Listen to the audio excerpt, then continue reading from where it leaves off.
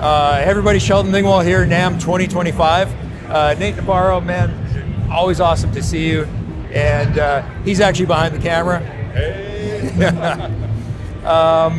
So, if you don't mind, I'd love to give you guys a run through of what we brought here to the show.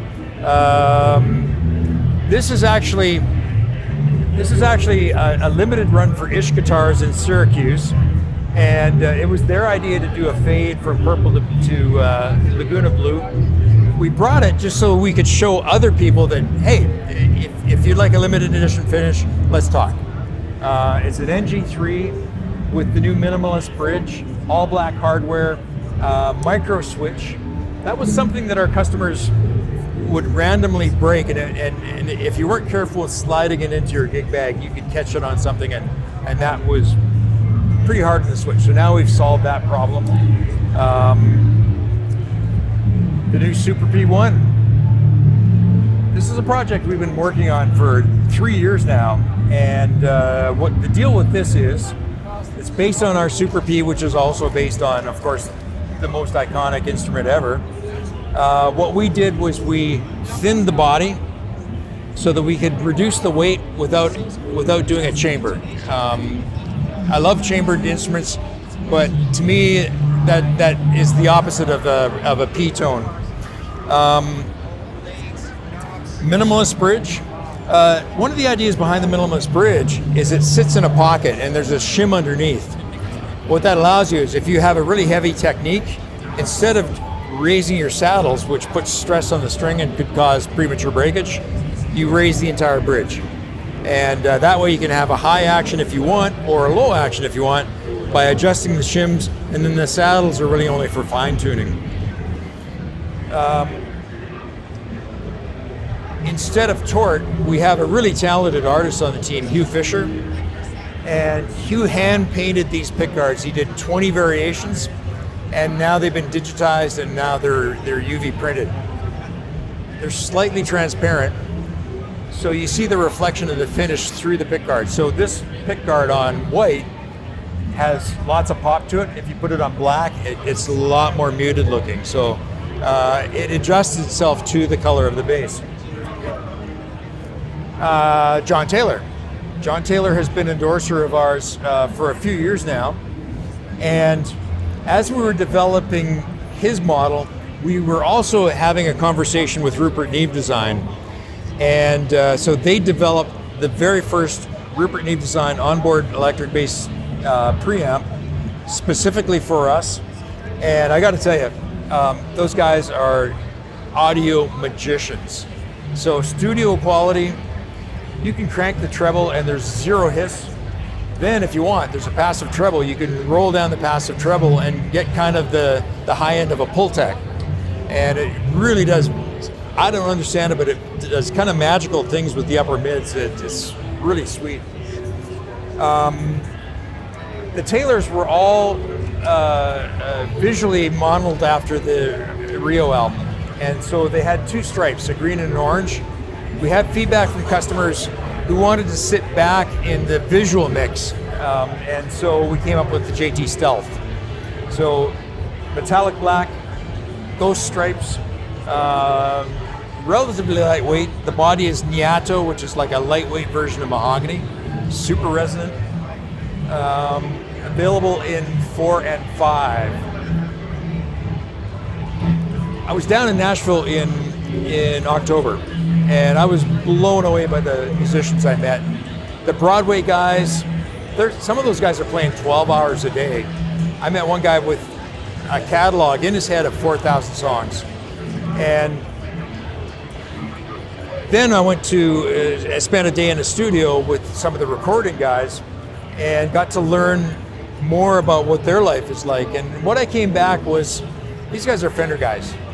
And that's what they feel comfortable with. And we always tried to have Fender-ish tones, but never trying to be like a vintage copy. And rolled it around in my head, and what could we do that is a useful tool for somebody in a Nashville setting, and came up with this. So we haven't put a blend on a bass since the 90s, and the reason being is that the blend puts a lot of load on the trebles, and so they just sound darker by nature. So we've always had rotary switches which give you presets and maintain the high end. For the Nashville, because these guys are so used to the blend, I don't want them to have to relearn a system. So the blend goes between the bridge and neck like it should. But if you want a P sound, throw the toggle up, and now this pickup is soloed. So you get all that high end back, and you've got a punchy P sound. Now you can blend between bridge and middle, bridge and neck. And if you put it in the middle, it puts all three together. And so you can blend between a bridge humbucker and a neck humbucker. And there are all kinds of really subtle, cool tones in that as well, but familiar system. Rupert Neve designed preamp in this as well. This is essentially a combustion with a Nashville upgrade.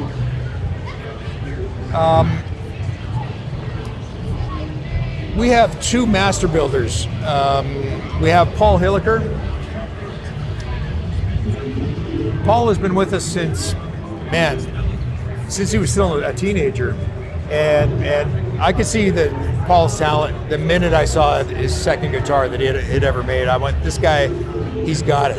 He can be the best in the world. And I would say he is at this point. So he's one of our master builders. Simon Padalka had the Padalka brand in Russia. And he decided it was time. He wanted to come to a place that was, well, I guess, more Canadian. And so reached out to us, and we said, of course, yeah, we'd love to have you on the team. So both Simon and Paul, they build Dingwall basses 9 to 5, Monday to Friday, and they have unlimited time after hours to work on their own brands. So Padalka guitars are still being produced.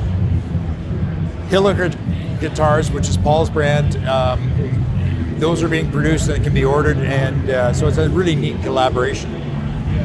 These two master builds this is Simon's vision of a Dingwall Prima, and he took an architectural approach. The finish is designed to look like titanium.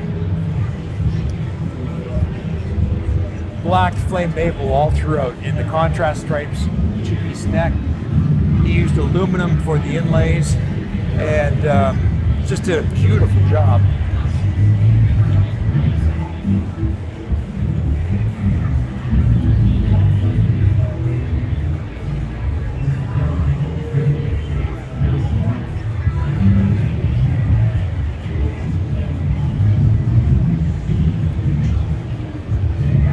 Matching flame maple fingerboard, matching flame maple pickups and knobs.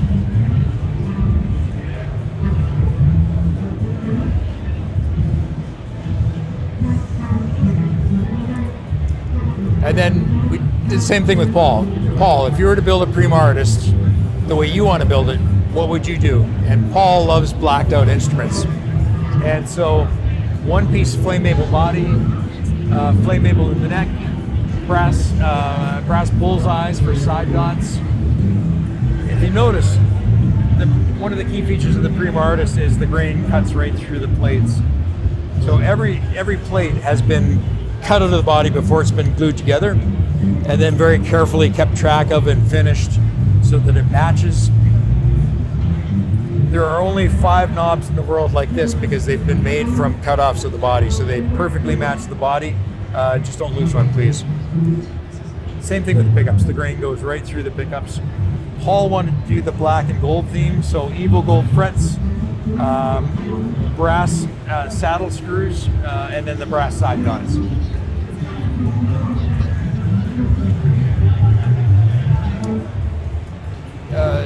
D-Rock Standard, this was a limited edition, limited release finish in Europe, and 2025, now it's available worldwide.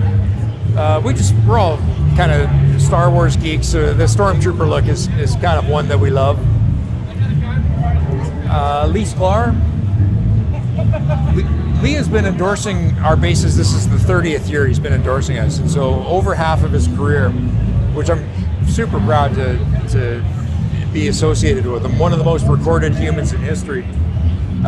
Lee's Lee's passion is hot rods, and so how do you make a guitar look like a hot rod? Well, we don't want to be too obvious, but hot rod finishes have always been part of the Lee Sklar DNA. This is the current spec of the Afterburner. Now the Afterburner, it's its 25th year in production. So we've added the minimalist bridge. These are made in-house. Same idea with the import minimalist. It's held up in place by shims. And one thing I forgot to mention is you only need one wrench to adjust your action and intonation. The same wrench does both, and it's an international size. So you can be in the States and use an imperial size, or you can be in Europe and use a metric size. It doesn't matter. This one features a roasted ash neck. I experimented with ash necks in the 90s, and I didn't really, I couldn't get the tone I was looking for out of them. So shelved it for the longest time, and a couple of years ago we tried roasted northern ash, and it was completely different. It was the tone I could hear in my head, and so this has become my favorite neck wood. Super light. I love the color, and it's one of those necks that sometimes the woods fight you, and it seems like you really have to play hard in order to get the sound out of the instrument. This is the opposite. You play lightly, and it seems to just work with you and multiply your effort. SP1. So this is the other pickguard option for the SP1. This has been a back sprayed color that we developed to go with this finish and the metallic black, and we have a really beautiful candy green, dark candy green, and this matches with it. Pickguards, there's nothing attached to them, so if you want to swap it out, you just undo the screws and swap it out. You don't have to worry about electronics. And I think we're missing a couple of basses here. I think they're off being played, or they're on their way somewhere to somebody's warehouse. But thank you so much, Nathan. Thank you so much. Love your channel. I appreciate you. Yeah, I don't know anybody who can play like you. It's so many different styles, man. It's yeah, amazing. Thank you so much, Sheldon.